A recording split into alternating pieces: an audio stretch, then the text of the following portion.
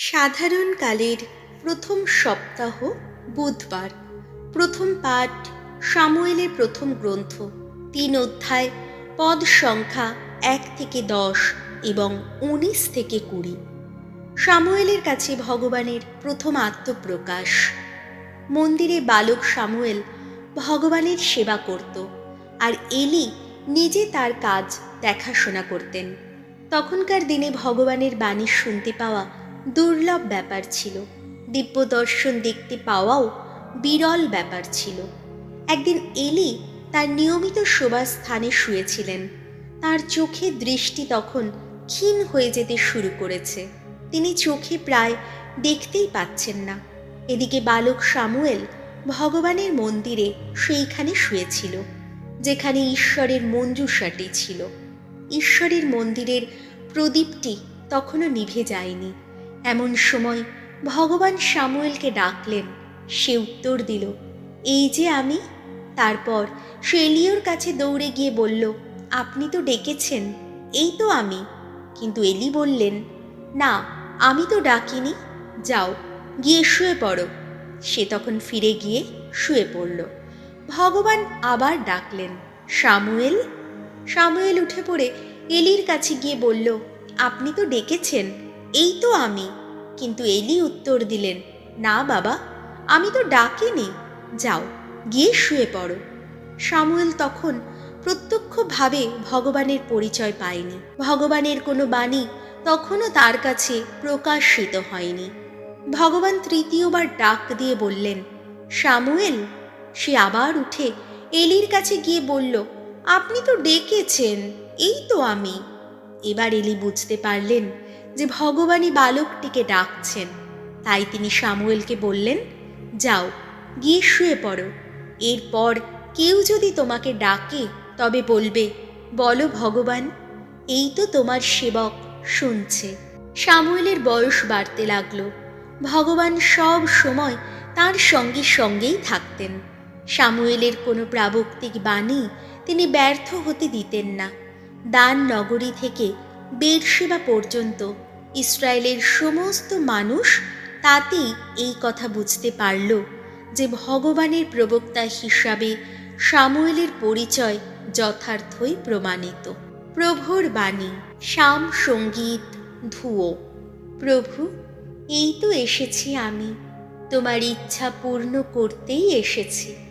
আমি ছিলাম ভগবানের ব্যাকুল প্রতীক্ষায়, আহা ব্যাকুল প্রতীক্ষায়। আমার দিকে আনত হয়ে আমার কাতর ডাকে সাড়া দিলেন তিনি। ধন্য সেই মানুষ ভগবানের ওপর যে আস্থা রেখে চলে, যে মানুষ ফিরেও তাকায় না কোনো অহংকারের দিকে, কোনো মিথ্যাচারীর দিকে। ধুয়ো। প্রভু, এই তো এসেছি আমি, তোমার ইচ্ছা পূর্ণ করতেই এসেছি। বলিদান বা ফসলি নৈবেদ্য কখনো চাওনি তুমি। পূর্ণাহুতি, প্রায়শ্চিত্তের পশু বলি তেমন কোনো কিছু দাবিও করনি। বরং আমায় দিয়েছ তোমার বাণী শ্রবণের শক্তি। তাই আমিও বলেছি, এই যে এসেছি আমি। ধুয়ো। প্রভু, এই তো এসেছি আমি, তোমার ইচ্ছা পূর্ণ করতেই এসেছি। শাস্ত্র গ্রন্থে আমারই প্রতি রয়েছে নির্দেশ। হে আমার ঈশ্বর, তোমার ইচ্ছা পূর্ণ করতেই চাই আমি। আহা, তোমার বিধান রয়েছে আমার হৃদয় গভীরে। তুমি যে ধর্মময় মহা সমাবেশে, ওগো, সে বাণী ঘোষণা করেছি আমি। দেখো, নীরব রাখিনি আমার ওষ্ঠাধর। ওগো ভগবান, সে কথা তুমি তো জানোই। ধুয়ো। প্রভু, এই তো এসেছি আমি, তোমার ইচ্ছা পূর্ণ করতেই এসেছি। বাণী বন্দনা। জয় জয়, প্রভুর জয়। আমার মেষগুলি শোনে আমার কথা, তাদের আমি চিনি। তারা আমার পিছু পিছু চলে অনুক্ষণ। জয় জয়, প্রভুর জয়। মার্ক রচিত মঙ্গল সমাচার, ১ অধ্যায়, পদ সংখ্যা ২৯ থেকে ৩৯। যিশু নানান রোগে পীড়িত বহু লোককে সারিয়ে তুললেন। যিশু কাফারনায়ুম নগরের সমাজগৃহ থেকে বেরিয়ে যাকব আর যোহনের সঙ্গে সরাসরি সিমোন আর আন্দ্রিয়ের বাড়িতে এলেন।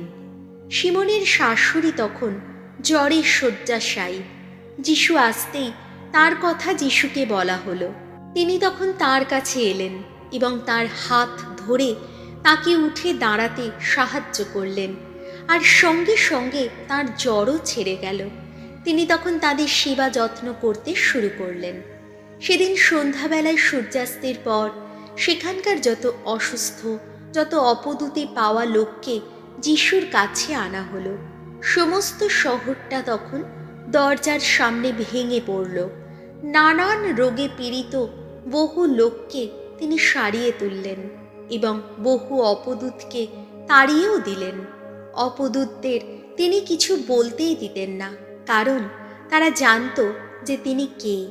পরের দিন সকালে ভোরের অনেক আগেই উঠে তিনি বেরিয়ে পড়লেন। নির্জন একটি জায়গায় গিয়ে তিনি সেখানে প্রার্থনা করতে শুরু করলেন। এদিকে সিমন ও তার সঙ্গীরা তার সন্ধানে বেরোলেন এবং তাকে খুঁজে পেয়ে বললেন, সকলেই যে আপনাকে খোঁজাখুঁজি করছে। তিনি উত্তর দিলেন, চলো আমরা বরং অন্য কোথাও আশেপাশের গ্রামগঞ্জেই যাই, যাতে সেখানেও বাণী প্রচার করতে পারি। আমি তো সেই জন্যেই বেরিয়ে পড়েছি। তখন সমস্ত গালিলিয়ায় ঘুরে ঘুরে তিনি ইহুদিদের বিভিন্ন সমাজগৃহে বাণী প্রচার করতে লাগলেন এবং অপদূত তাড়াতে লাগলেন। প্রভু যিশুর মঙ্গল সমাচার।